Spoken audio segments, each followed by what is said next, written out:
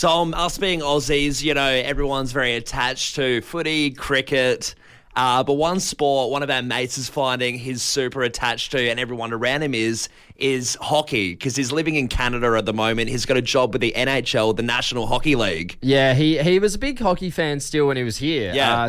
Now he's gone over to Canada and he is loving it. Oh, he's with his people, dream 100%. He is absolutely loving it. And at the moment, he's, like I said, working for the NHL, but he's just in an office department, just a standard office within the NHL. Yeah. And one thing they're doing over there is a fantasy league team. And for those who don't know Fantasy League, we do it over here in Australia a lot for footy, and pretty much you just go a bunch of random games. You can sign up players, you can trade players, buy players, and you just do a bunch of different games to try and win. You just make your own team, and then depending on how well those players do in the games is how well you do in the Fantasy League. Yeah, a lot of fun. And usually there's a pot prize if you do it within the office. It's a little bit like footy tipping. So Dylan is doing, our mate Dylan is doing it with his little work crew in the office, and they're actually all listening now from Canada because they're biting their nails to hear what we say about this one guy in the Fantasy League. So apparently there's a pot prize of about $750. Right, okay. There's about 30 players in this, 30 people around the office, a few accountants, a few interns, whatever, all putting in $25 each.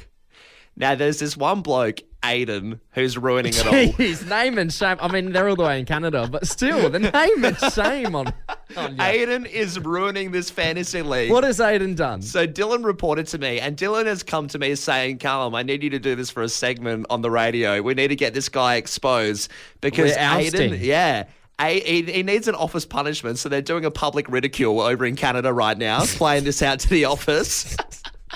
Aiden apparently has, at midnight, gone onto the fantasy league and rearranged a bunch of stats and settings because he's at a commissioner level or something where he's one of the runners of the fantasy league. Right. And he's taken that power to his head.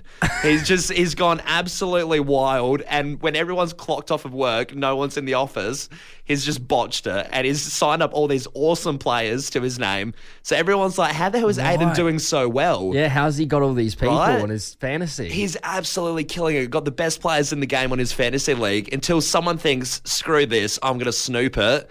They find out that Aiden's been cheating. And now apparently they went up to him and said, look, dude, what have you been doing? You've been rigging the fantasy league. Aiden's turned around and said, oh, it was an accident. Okay. And they've said, we've seen it in the logs 16 times. 16 times? He's botched it 16 times. He's hopped on 12 o'clock midnight, hopped on when no one's in the office and traded around everything so he can win. Aiden, mate. That is not good. I think you probably deserve everybody in that office a beer. I think at least a beer. You know what they're talking of, though? 2-year ban from the fantasy league. 2-year ban. I just picture this guy on his hands and knees being like, nah, don't do this to me. Look, when $750 is up for grabs, I mean, just like the integrity of these sort of competitions, a 2-year ban does sound fairly reasonable. We are going to open up the text line in just a moment. Who cheated in the competition? I mean, do you want to out someone like Dylan wants to out Aiden in a public setting? I mean, we could do it on the radio right for you now. If someone cheated in a sporting game or a board game, what was it, Dungeons and Dragons? This is a Wind Back Wednesday. We're winding back the clock. We're doing public executions on air where we will oust these people. Welcome to the gallows, everyone. Getting plenty of texts coming through on the text line right now. Well, we are getting a few of those relationship ones as well, Tom. Someone said my ex-boyfriend cheated on me 2 weeks before our 2-year anniversary. Just want to shout out to Dylan. I've never been happier. Things always come around, do they, Dylan? Our mate over in Canada has obviously fled there for a reason. Got another text here. Shout out to the flog sniper kitten who was cheating on COD last night. Hey. Did some dirty tricks on COD. Yeah, wall hacks in Call of Duty. All right. This one's a bit bigger. My ex cheated on me with a co-worker. I thought something was a bit suspicious when he started picking her up on the way to work. Turns out that they're getting together behind my back. Plot twist is that I was pregnant with his kid. That is nuts. Yeah, no good. Hey, another text here. Morning, boys. Just a shout out to Gary for not only cheating in korfball, but also just being an awful person. Cheers. Jeez, what has Gary done to get this? Also, korfball. We looked that up. Never heard of that before. It's a mixture between basketball and netball, we found. Yeah. So, it's like a mixed game with netless rings. Niche one to cheat on. Absolutely. Hey, Callum, we've got Dave from Woodville on the line. Dave, who do you want to call out for cheating, mate? Hey, boys. I'll call myself out. Oh, no, Dave, what have you done? I was quite a few years ago. I was invited to a promo beer launch in the city.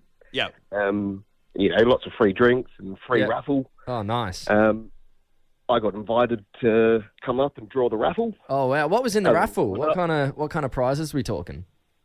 The grand prize was like a $500 jetty surf. Gee, oh, that's right. Yeah, that's better than a meat tray. Yeah, decent.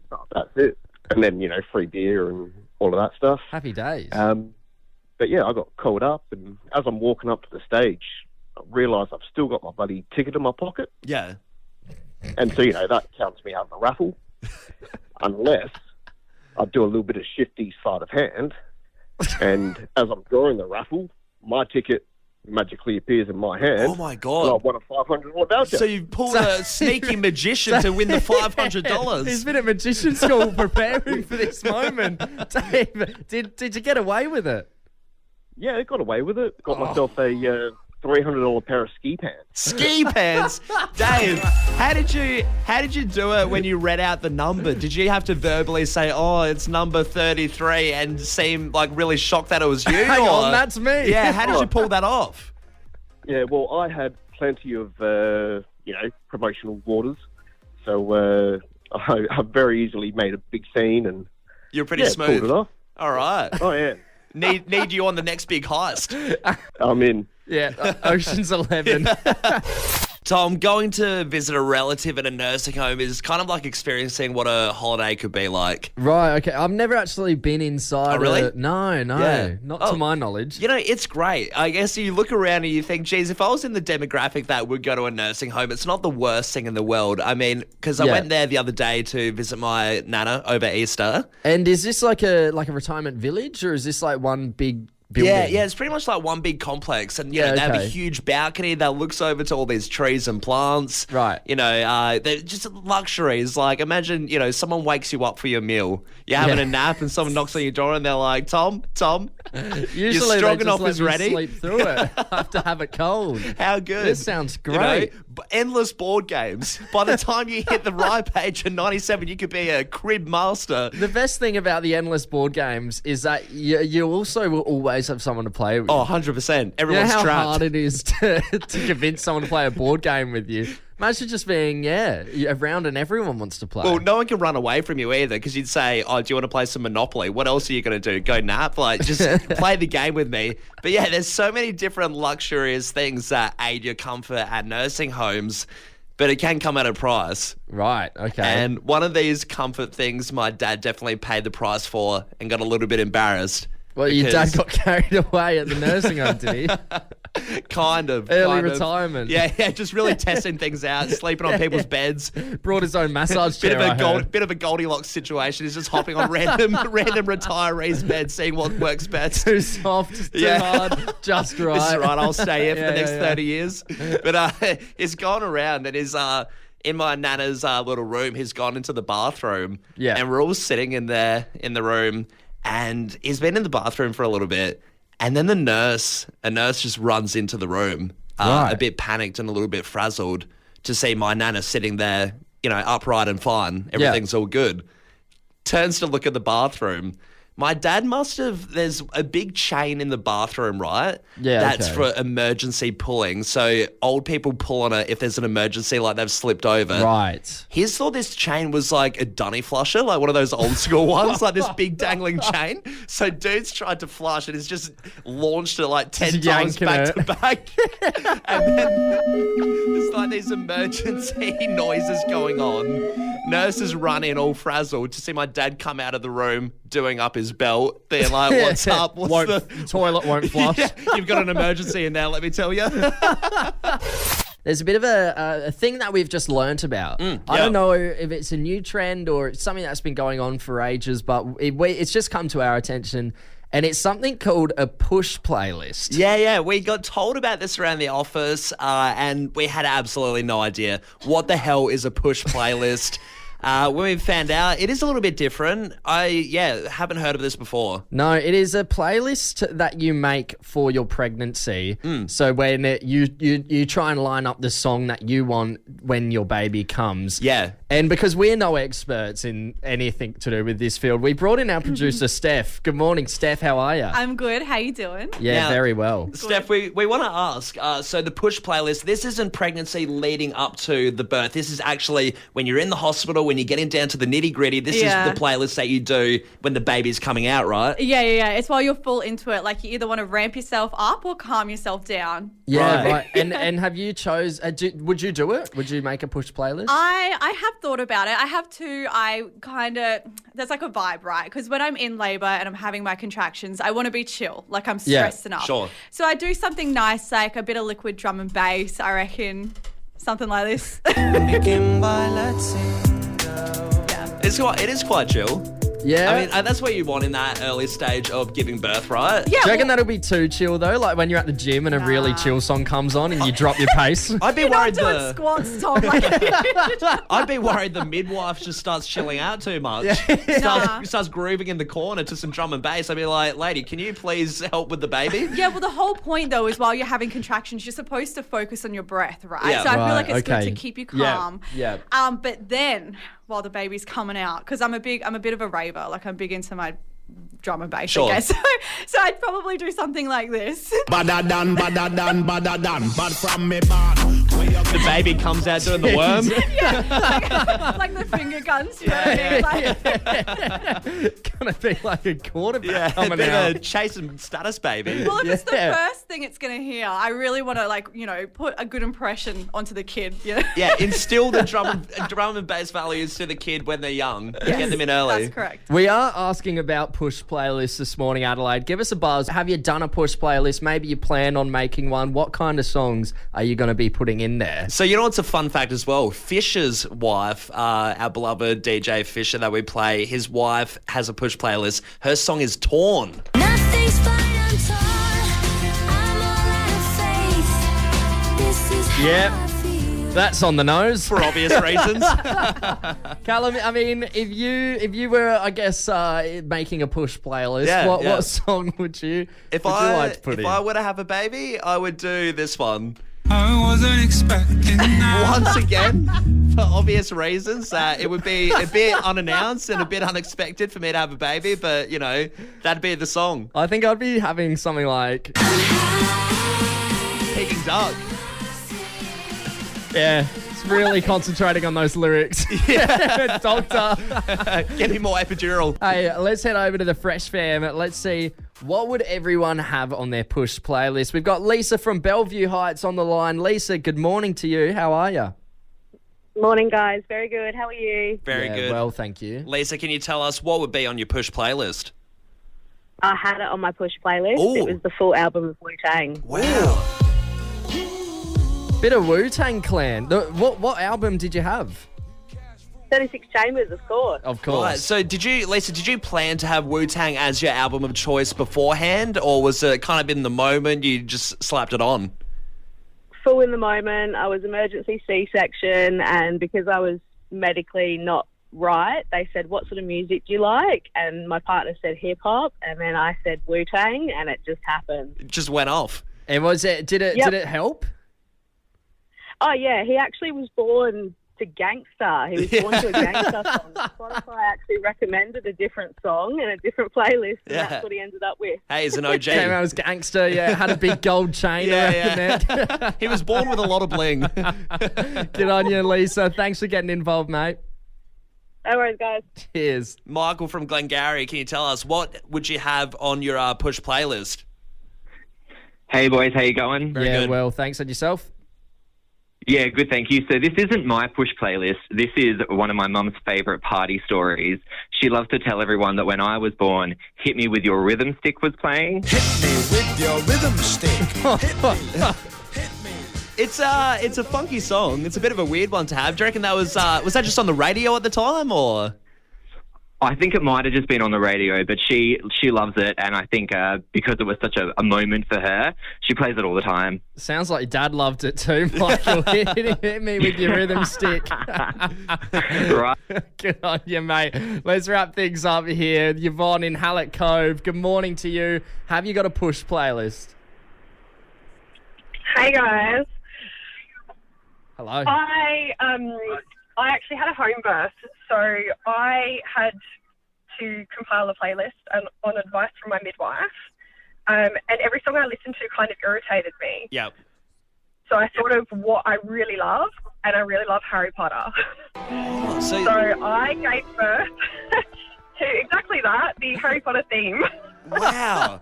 So your kid And I is had it on loop your- because I was in labour for Just about on 6 loop. hours, so it was just on repeat. Are you telling us your kid is the chosen one then? they Born come with out a with a scar on the He's head? a little wizard.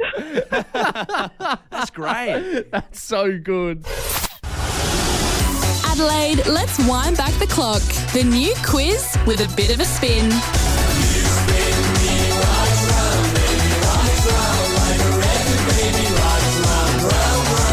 Spinning around, move out of my way. I know you're feeling me 'cause you like it like this. It's Wheelie Wineback Wednesday with Tom and Callum on Fresh 92.7. You, Callum, it is our favourite quiz game. It's a Wheelie Wineback Wednesday. Tom, we really, Trademark's name. we really like this game. Below, we've got a few warnings from some people saying don't overdo it on the wheelie puns. Yeah, we'll stop But we now. won't. We keep moving forward with the wheelie puns. How this game works, we've got a big wheel. We're going to spin it. It'll land on a decade anywhere from the 90s up to the 2020s. Whatever it lands on, you'll have 3 questions asked. If you get it wrong, you're out. If you get them all right, you enter our Hall of Famer list. Now, Tom, some of these questions are pretty easy. I feel like it's straightforward, but we have seen a few slip-ups, so I'm very keen to see how our contestants go on this one. Absolutely. Let's find out. Let's meet our first contestant. It's Matthew in Prospect. Matthew, good morning, mate. How are you? Going very well, guys. Nice to hear your voices again. Hello. Awesome, Matthew. Matthew, good to hear your voice this morning, mate. Now, Matthew, what's your favourite decade? Are you 90s, 2000s, 2010s? What's the go? Yeah, sort of a blend of 90s and 2000s, but I must say I'll swing to 90s. Nice, okay. All right. Well, Matthew, are you ready to give that wheel a spin? Let's go. All right. Spin that wheel! All right. It's a big Going, spin it's from our going. wheel spinner. Ooh, Oh, complete Matthew. opposite, Matthew. We've got the 2020s, mate. Sorry about that. Oh, okay. All right. At least it will be hopefully recently in your head, this knowledge. Let's kick off the first question. What British electronic producer was recently in Australia for a surprise tour playing pop-up gigs around the country that sold out almost immediately? I'll give you a hint. We play a lot of him on our station. You could say we play him again and again. It's a huge hint. It's too much of a hint. Matthew, you got to get this. Again and again. Pretty blank. Matthew, surely. You got it in the bag. There's a timer, 3 Calvin seconds. Nah, Tom, we have to buzz Matthew Sorry, out. Matthew, you buzzed out. We're going to go to Luke in Norwood. Luke, do you know the answer to that question? Do you need me to repeat it? Could you repeat it, please, guys? What British electronic producer was recently in Australia for a surprise tour, playing a pop-up gigs around the country that sold out almost immediately? We play him a lot on the station. Again. I knew you'd say that. You don't need to give them that hint. It's huge. Fred again. That is Very correct. nice. Well done, Luke. All right, second question here. Kate Bush's track, Running Up That Hill, became popular again thanks to what Netflix sci-fi smash series? What? Sorry, could you repeat that? So Kate Bush's track, Running Up That Hill, became popular again thanks to what Netflix sci-fi smash TV show? Oh, crikey. Do you think you know it? Hit the suspense, Tom. Is it Stranger Things? That's it. Stranger Things in the That is bag. correct. That Oh. means one last question for you. Jeez, Luke, I can hear the sweat dropping right now. Here is the final question. Can you make it to that Hall of Fame list? What CEO of e-commerce online retailer company became the richest man ever, valued at over $200 billion? We can give you one last hint if you'd like it. Yeah, let's go. He loves Lord of the Rings. He's also bald. Yeah, Jeff Bezos. That's it. Jeff Bezos has got it. Hey, Luke, welcome to the Hall of Fame list for It's Wheelie Wineback Wednesday. It's good to have you here, mate. Luke, do you feel wheelie good? I feel really good, guys. Very good to hear. Good on you, Luke. Callum, have you heard about everything going down with Michelangelo's David at the moment? So this director of a certain place. Yeah. Don't make me say it. Go on. People will know what you're talking about. All right, here I go. The Galleria dell'Accademia's director, Cecile Holberg. Yeah, time to hop back on the Duolingo. She, I know I did not say any of that right. She is trying to protect Michelangelo's David's respectability. Sure. And, the modesty around it all. She's saying that this art piece needs to be protected through like commercialization and everything. It's been cheapened with, cheap jokes and, all that kind of stuff. So she's trying to get that to be completely protected, to protect Michelangelo's David as a piece of art and not as a, cheap gag. Oh, it's a for beautiful obvious sculpture. reasons. Yeah, absolutely. And, we were talking about this, and then we found this other article talking about a surgeon who is talking about a certain body part you can then tell how big someone's manhood is. Yeah, right. Because all this time it's been going around, the old saying, big feet, sold forth. Big feet or big hands usually mean big socks or big gloves. But no, this surgeon is going on big nose. Big nose. Yeah. So Gonzo from the Muppets was packing heat this whole time. I knew it. He had that charisma about him. Yeah, apparently this bloke's was saying... Now, this is from an article on Mirror, so I don't know how trustworthy it really is. Sure. But, he's going on, this surgeon, saying, people with a bigger nose, typically, Right. Pretty well off. Yeah, I mean, yeah, for yeah. anyone out there that has, a Pythagoras nose, you're well in luck then. Start doing the maths downstairs. Yeah, now you can take it as a compliment when someone says, geez, you got a big nose. Yeah, or you're a bit nosy. Well, thank you very much. Jeez, no wonder Pinocchio lied all the time. I'm bloody ticked off. Lyman Mongrel. Oh, jeez, it's ticked off, Tom. Callum, I didn't even know I was ticked off about this till just the other day. This is pretty raw. I've heard you talk about it a little bit. Have you heard anyone, by the way, in the intro when it's like, oh, it's ticked off Tom? Has anyone said that? Has anyone cowered?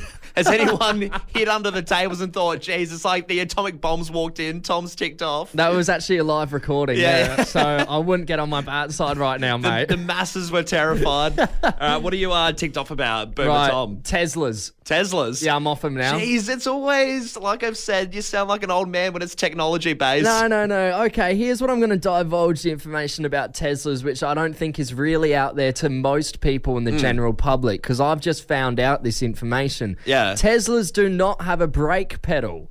They have one accelerator pedal. When you take your foot off, that is the brake. Really? Yeah, so you put down to accelerate and then you take off slightly to brake. You can't take it off completely because that car would just stop. Wow, so you take it off to brake and then does it rely on the automatic braking system that if you crash into something, it'll use that? No, when you let go of the accelerator pedal, that turns into the brake. Yeah, right. Going up is brake, going down is accelerate. Wow, okay. It's all one pedal. It's always weird stuff, isn't it? Like the door handles as well had their little buttons when you try and get in. You ever try and get in one of those things? Yeah. And You look like an idiot. Like, what is this, a spaceship? You get a ride share. I don't want to go to Mars, Elon. I just want to go home. How awkward is it when you get a ride share? It's a Tesla. You've left all your mates. They're sitting out the front of the pub. You're in front of everyone and you try and get in a Tesla and you have no idea how to do it. So you have to knock on their window and be like, how do I get in? I think it's happened 3 times and I still don't know how to get in one of those things. But here's my real gripe with it all. It's not, if you have the money and you want to,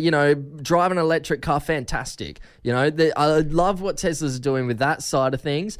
However, I've started to see a lot of, learner driver businesses. Yeah, right. People that take people out for lessons. Sure. As Teslas.